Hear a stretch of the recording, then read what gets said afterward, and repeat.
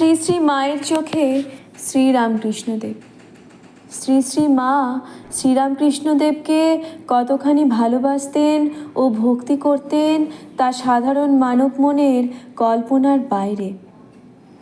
কখনো গুরু, ইষ্ট বা পতিরূপে, কখনো সন্তান ভাবে, আবার কখনো দেখতেন শ্রীরামকৃষ্ণ মা ভবতারিণীরই সচল বিগ্রহ।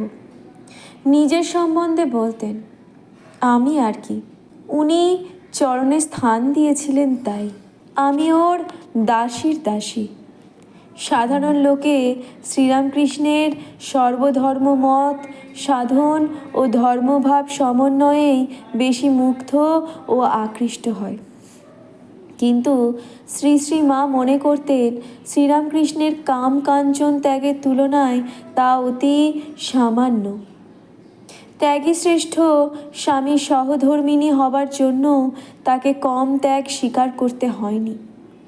লক্ষ্মীনারায়ণ মারোয়ারি শ্রীরামকৃষ্ণের কথাবার্তায় ও চরিত্রে মুগ্ধ হয়ে একবার তার সেবার জন্য 10,000 টাকা দিতে চান। তিনি ওই অর্থ প্রত্যাখ্যান করলে মারোয়ারি তা শ্রী শ্রী মায়ের নামে লিখে দেবার প্রস্তাব করেন।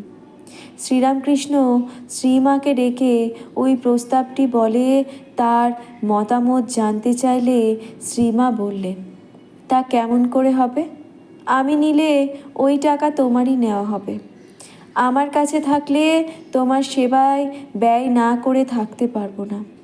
ওই টাকা কিছুতেই নেওয়া যাবে না। তার কথা শুনে শ্রীরামকৃষ্ণ নিশ্চিন্ত হলেন।